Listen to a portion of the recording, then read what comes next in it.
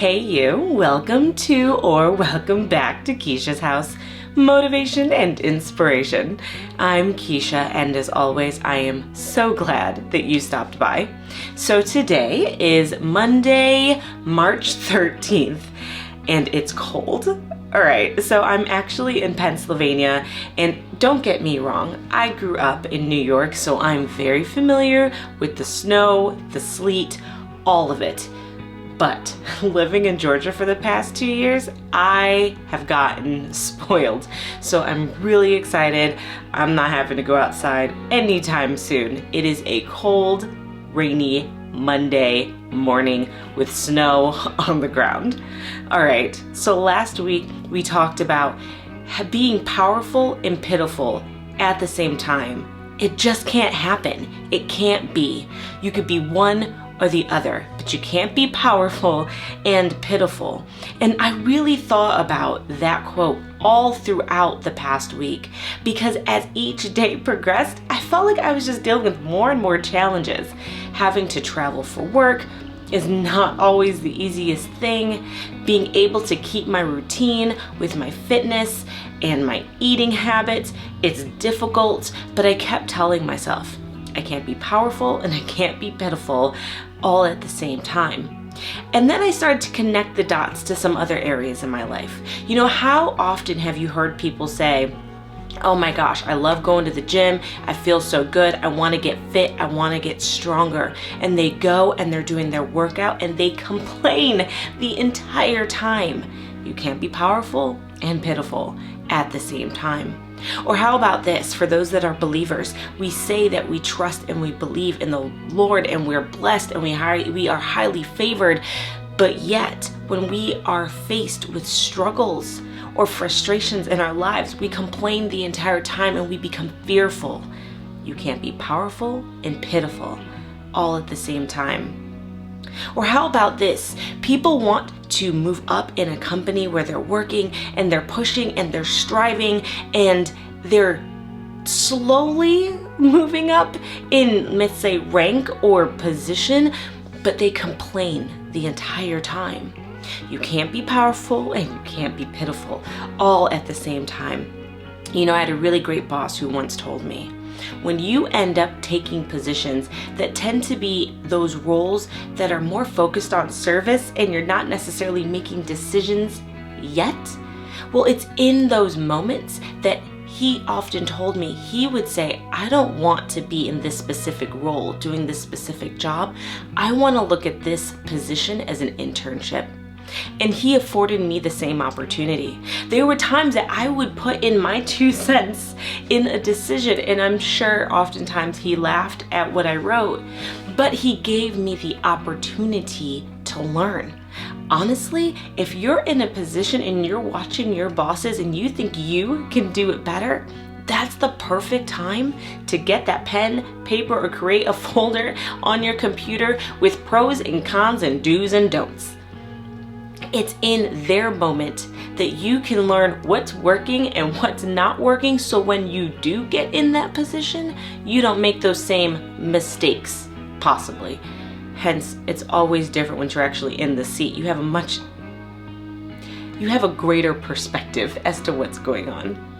Again, we can't be pitiful and we can't be powerful all at the same time. So that gets me to this week. I was listening to, and I gotta say I have a really bad habit of listening and reading to many different books all at the same time. I get through a chapter or two, I pause and I jump to another one. So I went over back to the book Never Finished by David Goggins. And in this book, and I'm not sure if you know his story, it is worth it to look him up and to learn a little bit about him. His story is amazing, and it's one that you would never want anyone to go through, but he took his trials and tribulations of life and he turned it into power.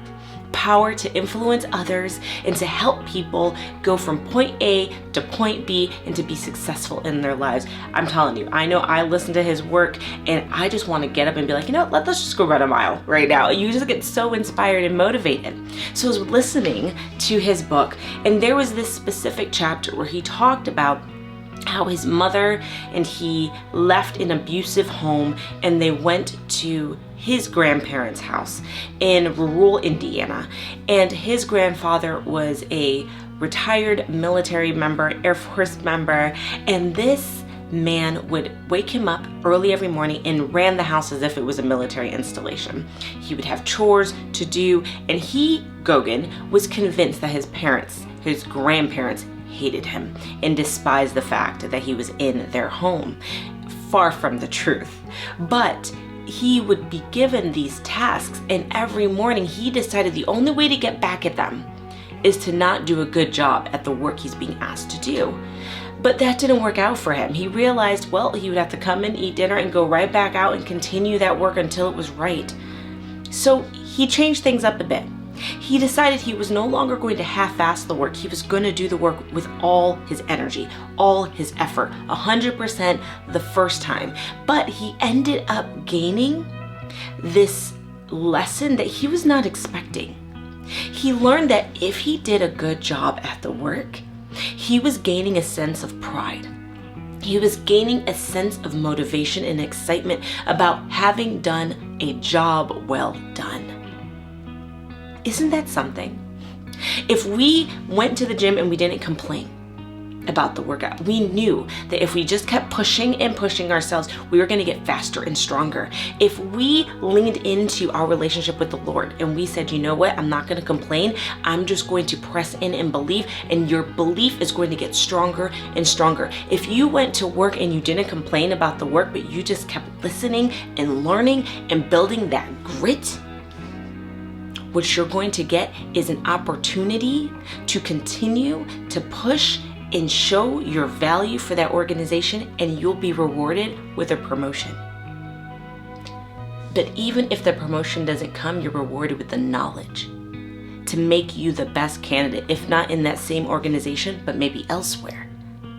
If we set aside the complaints and we just pushed, what could we achieve? And that's what he learned. So once he left his grandfather's house, he now is a teenager with his mom, and they move off into their own place, but he started to get lazy.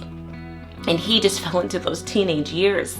And he was told, hey, you know what? You're not going to graduate from high school unless you get your act together. So he made the choice to move back to his grandparents' house, because he knew he needed the lesson, he knew he needed the discipline, he knew he needed the structure, and he succeeded. He got himself in shape, he got himself back on track for school, he graduated, and he was able to join the Air Force. And he said in his book, and I felt it was very touching because I can relate. I've been in a similar situation. When you are marching across a parade field, finishing a military training, and you look into the stands and you lock eyes with the people that you love, and you see that they are beaming with pride, and you realize, and I'm sure you've heard, it takes a village to raise a child. It is in that moment that he realized his grandfather didn't hate him or despise the fact that he was in his home. His grandfather was teaching him the lessons, life lessons of discipline, hard work, honor, respect, integrity. That is what he learned in that moment, and he saw the pride beaming off of his grandfather. So what does that lead us to this week? I talked a little bit about the grit. I've heard grit for years, and I looked up grit, and if you look up the true definition of grit, it's particles, it's pieces. It's grit, it's dirty, it's rough, it's not whole. But if you look up grit in the mind, it is the idea of learning bits and pieces, but not yet having the full picture and understanding and foundation, but it's taking everything you can learn and building that formation or that foundation for yourself. That is what he was learning in that lesson. It was building all of these nuggets that he was getting from his grandfather and from the life experiences that he had, but he built himself a foundation with it. But you can't just take a whole bunch of grit and sand and throw it together and say, that's a foundation. You have to put pressure on it. You have to pound it out. You have to flatten it out. You have to smooth it out. It takes time. Just like you and I.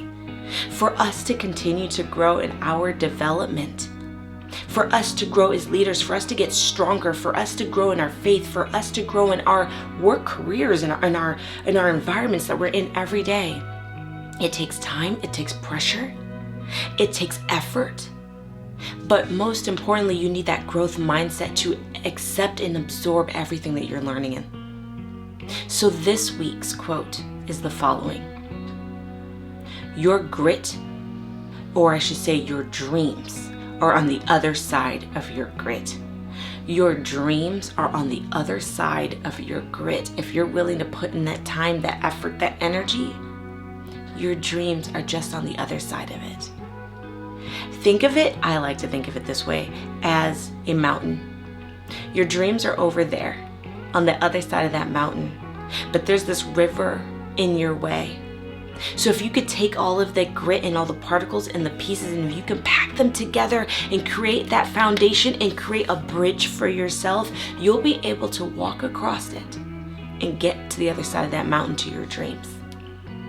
Again, I say it every single week, none of this is easy. Why? Because it takes effort and it's a choice. We have to make the choice to want more for ourselves and for our lives. So are you up to the challenge this week? I know I am. I know I have a very busy fitness week ahead of me, but I know that if I could just set aside the frustration and the fear and the complaining, what can I achieve by the end of the week? What will you achieve by the end of the week? That's our challenge for this week. Your dreams are on the other side of your grit. Till next time, I'll see you soon.